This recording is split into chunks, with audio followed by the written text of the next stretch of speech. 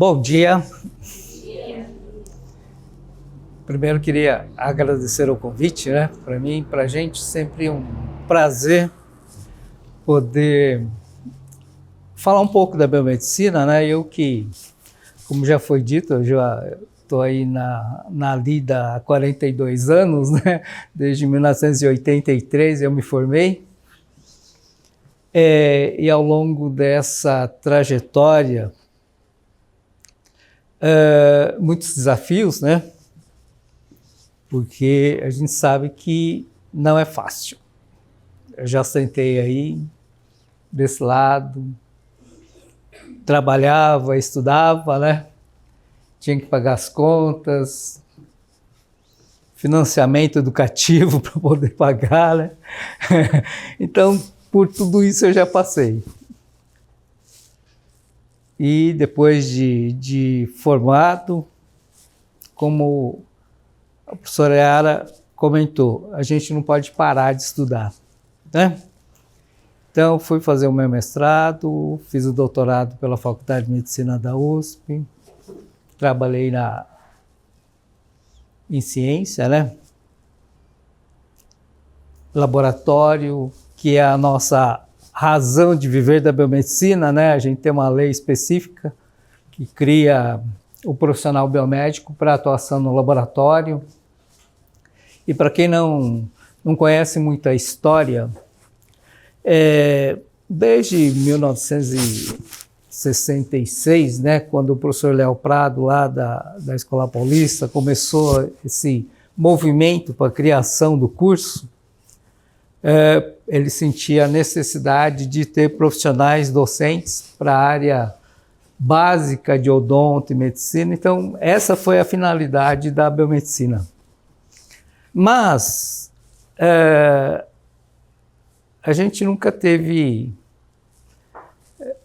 Nós nunca ficamos quietos, né? Na verdade, a gente sempre queria mais, né?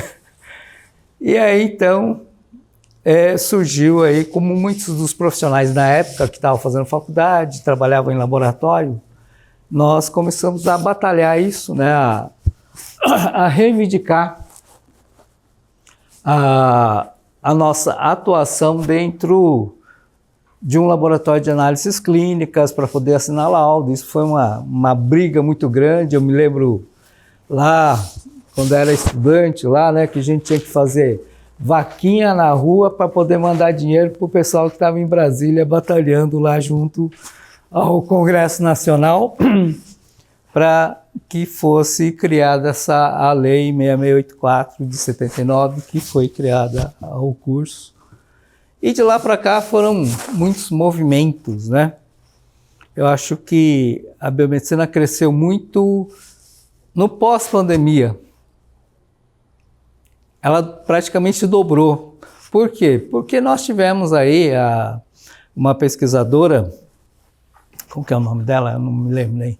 Que foi a primeira pesquisadora biomédica que fez o sequenciamento do Covid-19 lá no Instituto de Medicina Tropical, né? Então, eu sempre esqueço o nome dela. Eu sei que ela era da Faculdade Baiana de Medicina, né? E ela estava aqui fazendo pós-doc aqui. E ela teve essa grata felicidade de poder fazer o sequenciamento do Covid-19, né? Que foi a primeira pessoa que fez isso e foi uma biomédica. E aí o curso parece que deu uma expandida assim muito grande, né? Nos últimos 5 anos, né? Praticamente dobrou de tamanho, né? Hoje nós temos aí no Brasil aí 150, 200 mil profissionais.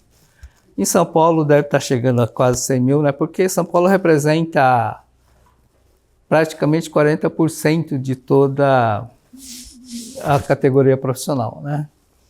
Então nós temos aí, para quem não conhece, a estrutura do Conselho, a gente tem um Conselho Federal de Biomedicina que faz todo o processo de normatiza, né, as resoluções, as normativas, né, tudo que o biomédico pode fazer.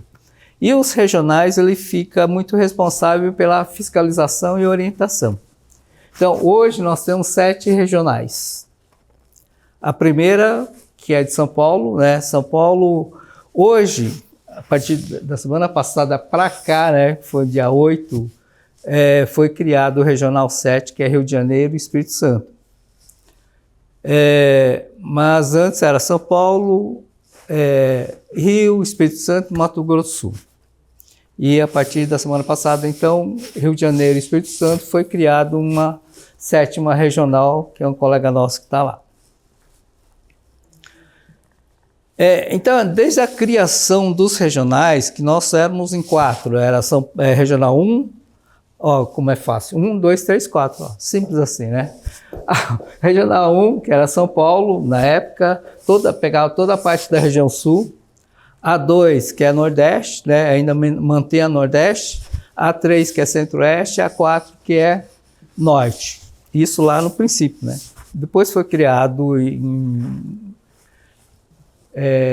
2005, uma coisa assim, faz uns 20 anos que tem, a Regional 5, que é Rio Grande do Sul e Santa Catarina, depois foi a 6, que é Paraná, e agora a 7, que é Rio de Janeiro e Espírito Santo. Então hoje nós somos 7 regionais. E é lógico que a profissão cresceu muito, né? O meu número de registro no Regional 1 é 1686, né? E hoje está em mais de 60 mil, 65, uma coisa assim, né? Mais ou menos, do 1. Então, nos últimos 40 anos, aí a gente foi crescendo devagar, mas ela realmente se expandiu e foi reconhecida mesmo a partir da Covid-19. Aí nós tivemos um boom, assim, né, de criação de escolas, de biomedicina, mas assim, e teve um outro fator também, em 2013, quando foi criada a biomedicina estética, né, aí também, hoje, o número de habilitações que tem, a biomedicina estética é a 2ª, só pede para análises clínicas, antes era, obrigado. Antes era análises clínicas, porque todas as instituições, quando habilitavam o profissional, habilitavam para análises clínicas. Então, todo mundo saía com análises clínicas, que era o nosso, né, grande objetivo lá da época depois. E aí, então, depois era a imagem, só que agora a imagem ela foi para o 3º lugar, porque a estética avançou para o 2º, né? E aí depois tem outras aí, né? Acupuntura, que é a minha área, está lá em 11º. Ninguém quer fazer acupuntura, não sei porquê. Mas estamos aqui para falar um pouquinho sobre ética. Não vou entrar em resolução, não vou entrar em artigo, não vou entrar em nada. A gente só vai comentar um pouquinho, né? A importância de ser ético, né? Porque uma coisa que você faz errado, isso pode te prejudicar pela vida inteira, né? E isso é muito ruim. Por isso que eu queria trazer esse tema para vocês, né? O que realmente nos torna profissionais de verdade, né? Como a professora Yara comentou, a técnica dá formação para a gente, né? Só que a ética vai elevar, você precisa ter um nome para zelar, né? Não adianta querer dar uma despertinho, porque realmente pode te prejudicar para a vida inteira. A tua carreira profissional pode acabar ali, né?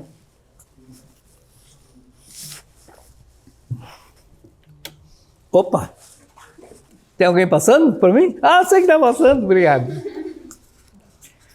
Bom, e por que falar de ética? Como profissional da saúde, a gente lida com vida, né? E vida, a gente tem que respeitar essa vida.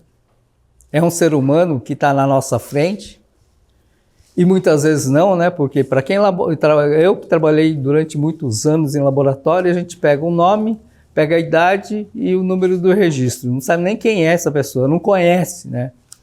Então, mesmo não conhecendo, essa pessoa, ela forneceu um pouquinho de sangue, um pouquinho de amostra dela.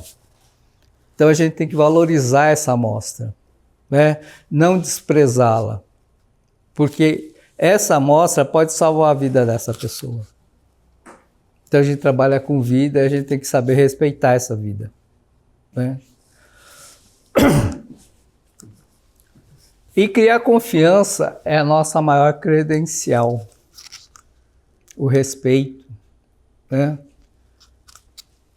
E cada decisão importa. Muitas vezes, às vezes nós temos que tomar algumas decisões, né? Por exemplo, sei lá, em alguma das habilitações externas, na perícia mesmo, né? Que foi citado bastante, né?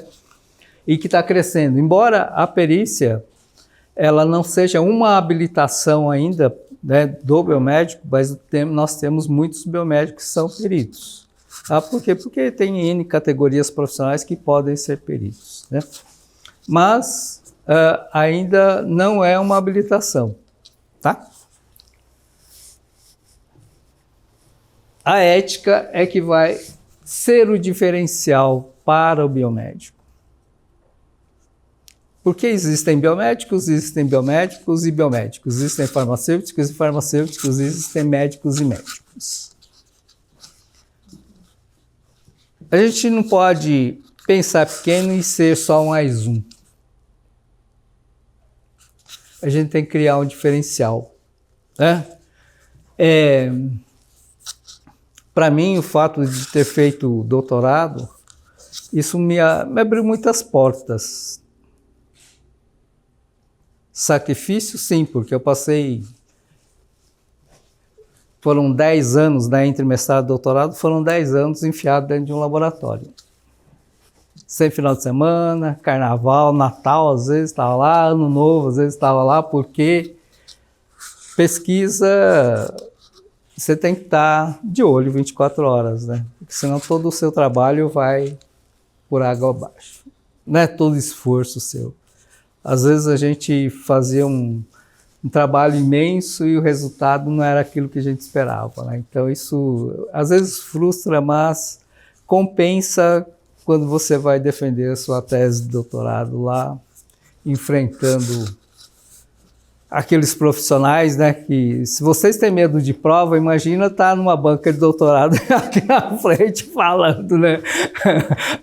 Olha, dá um tremor danado, viu? Mas passa. Bom, a ética é o coração invisível da biomedicina. Ninguém dá valor até que você possa estar de frente dela quando você precisa dela, né?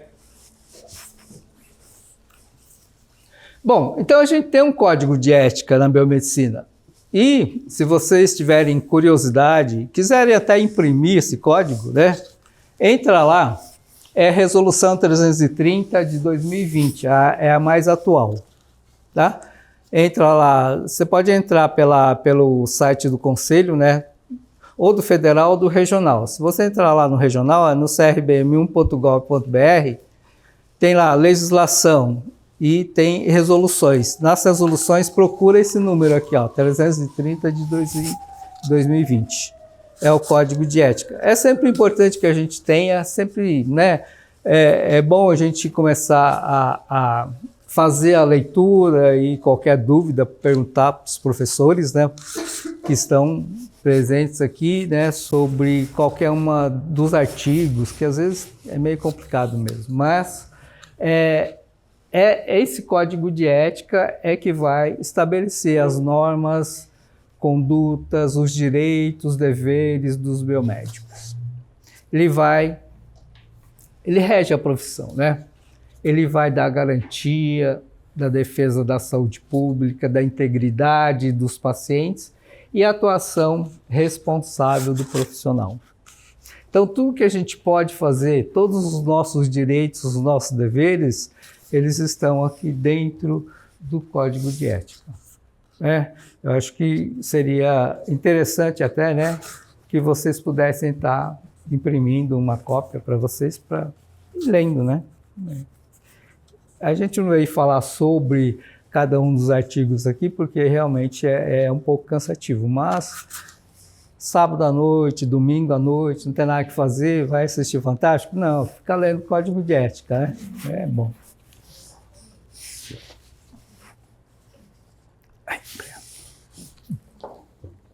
Obrigado.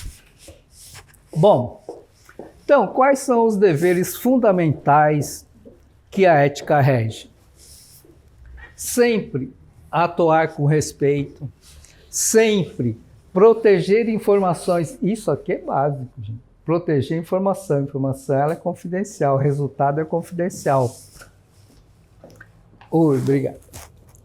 Eu lembro de um caso, não na biomedicina, mas aconteceu há alguns anos atrás, quando a dona, como chama? Marisa Letícia, é isso? Que era a esposa do Lula? Marisa Letícia, não era isso? Que ela teve um AVC, foi parar lá no Sírio e tal, não sei o quê, né? E aí, até então ninguém sabia, teve acho que era uma médica que simplesmente disparou no WhatsApp que ela estava internada lá com AVC. Gente, isso aí é confidencial, você não pode ficar fazendo isso. Ela foi demitida da instituição. Né? Então, o resultado, você não pode ficar falando o resultado do paciente para qualquer um, não. Né? Ele é confidencial, a gente tem que guardar isso. Manter a competência, a humildade, né? Sem arrogância, nós somos profissionais, somos seres humanos como qualquer outro. Né? Agir com a verdade. A gente teve, uma vez eu tinha um laboratório, eu tive que dispensar um profissional, por quê? Porque simplesmente ele inventou o resultado. A gente não tinha o kit, porque tinha faltado o kit na época, né? E o cara simplesmente inventou o resultado. E eu falei, gente, isso não pode, não. O cara foi demitido por justa causa. Não pode fazer um negócio desse. Né? E ser exemplo. Exemplo de profissional. Se você quer ser valorizado, você tem que dar exemplo. A ética é respeito em ação. Proibições essenciais, nunca atuar sem habilitação. Isso daqui pega. Isso pega. Mesmo que você já seja formado, você tenha habilitação em, por exemplo, você tem habilitação em... Isso aconteceu recentemente. A fiscalização, ela vai nas instituições para ver como é que está o profissional, tal, se está tudo bem. Tal. E aí, tinha uma profissional que isso aconteceu com uma colega minha. Ela estava falando isso. Falando assim, eu trabalhei no laboratório durante muitos anos, eu tinha habilitação em hemato. Só que ela estava no setor de bioquímica. E ela não tinha habilitação em bioquímica, ela tinha habilitação em hemato, né? Mas, assim, isso deu uma confusão muito grande. Por quê? Porque eram habilitações específicas. Se ela tivesse habilitação em análises clínicas, tudo bem, ela poderia trabalhar em qualquer setor, mas ela tinha uma habilitação específica em hemato e estava em bioquímica. Né? Então, esses cuidados a gente tem que ter. Muita gente não sabe disso. E vai trabalhar em outro setor, sei lá, de repente surgiu uma oportunidade de trabalhar em outro setor, vai lá para outro setor, mas um setor completamente diferente, tal, né? Daquela que ela tem habilitação. Então, isso tem que tomar cuidado também. Muita gente não sabe disso e muita gente é pego nisso aqui. Então, agora vocês sabem, né? Agora pode. Mas aqui o profissional sai com habilitação em análises clínicas, então não vai ter problema nenhum. Nunca mentir, nunca fraudar resultados, né? E nunca colocar o ego acima do paciente. O limite entre o erro e dano é a ética. Ela é a nossa segurança. Consequências para quem não pratica a ética. O paciente está em risco, porque muitas vezes o profissional, ele tem uma habilitação, mas ele está trabalhando em outro setor, trabalhando com outra coisa e pode colocar o risco, o paciente em risco. Por, às vezes, até ignorância no sentido de não saber, né? Tá? Perder a credibilidade, pior coisa que tem, porque o mercado é isso aqui. O mercado é um ovinho, né? Se você faz um negócio aqui, você pode ter certeza que teu nome está rodando por aí. Né? Pode trazer danos irreparáveis para o paciente e para você. Quebra de confiança, a partir do momento em que você não é ético, muitas vezes o seu superior pode não confiar mais no seu trabalho, naquilo que você faz. Né? Marcas profissionais que não somem, bom, isso aí é mais para a empresa. Confiança leva anos para ser construída e segundos para ser destruída. Para construir uma marca, você pode levar décadas. Mas para derrubar essa marca, a marca pode ser você, né? É assim, minutos, nem minutos. Né? Bastou às vezes uma frase pode acabar com a tua vida. Deu? Já? Então, o biomédico humanizado, ele escuta, ele tem empatia. O mais importante, a gente tem que ter empatia, né? Sabe, eu acho que num relacionamento humano, não importa se é com um colega de trabalho, se é com um paciente, se é uma pessoa totalmente estranha, mas a gente tem que saber escutar, tem que ter empatia, tem que ter uma comunicação bem clara, porque muitas vezes a gente acha que os outros estão compreendendo aquilo que você fala, mas às vezes o cara compreende tudo errado, né? Respeitar a diversidade e sensibilidade no trato. Isso é importante para qualquer profissional. Ser ético é ser humano. Ser humano é ser grande. Então, a ética, ela está em todos os lugares, não só no trabalho, em casa, né? Numa roda de amigos.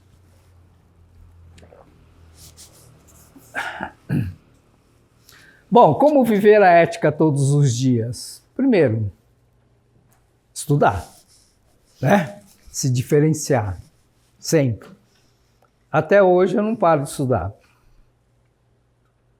Né? Mesmo para preparar o slide aqui, eu tinha que estudar um pouquinho. Então, a gente sempre tem que estar estudando. E pode ter certeza que muitos de vocês serão convidados para dar uma palestra. Né? Mesmo em jornadas, ou futuramente, né, como profissionais, vocês podem vir aqui como o egresso da instituição para vir dar uma palestra sobre a sua experiência. Né? Então, a palestra, você tem que estar preparado para. Não dá para fazer umas coisas de última hora, como dizem, né? Faz nas coxas aí, tudo bem, né? Nem sei se existe esse termo aí, no meu tempo falava bastante disso, mas faz tudo nas coxas e tal, né? Mas, né, a gente tem que estudar, tem que questionar, tem que pedir ajuda se você não sabe, se você não conhece, tenha humildade para ser coerente e crescer, sempre, crescer sempre. Tá? A estagnação acaba com a nossa vida, né? A ética não se aprende de uma vez, se pratica todos os dias, no nosso dia a dia. Durante 40 anos a gente praticou isso. O respeito, né? Sempre é muito importante. E duas frases que eu queria que vocês guardassem. A ética é o que transforma conhecimento em sabedoria e técnica em cuidado. Isso tem que levar para sempre. E... já foi? Seja o tipo de biomédico que você escolheria para cuidar de quem você ama. Isso pega, né? Isso aqui pega, viu? Isso pega, né? A gente às vezes depara com algumas situações, né? Em que muitas vezes você quer ser bem atendido, e isso em qualquer lugar, na loja, tal, né? E você é mal atendido, maltratado. Será que essa pessoa, né, pensou que se fosse algum parente, algum irmão, algum filho dessa pessoa, ela queria que fosse tratado desse jeito? Não. A gente sempre tem que tratar com respeito, né? A gente tem sempre ter o cuidado para não agredir. Então, tudo isso que nós colocamos aqui é importante para a gente poder levar para a nossa vida. É importante para que a gente possa criar o diferencial que cada um, é lógico, cada um é cada um, né? Mas respeito, humildade sempre é muito importante em qualquer lugar. Isso sempre é válido. Tá? Bem, e minha gratidão por vocês estarem aqui, tem o meu contato aqui, né? Caso tenha alguma dúvida, pode entrar em contato com a gente fica à disposição. Tá? Obrigado, pessoal.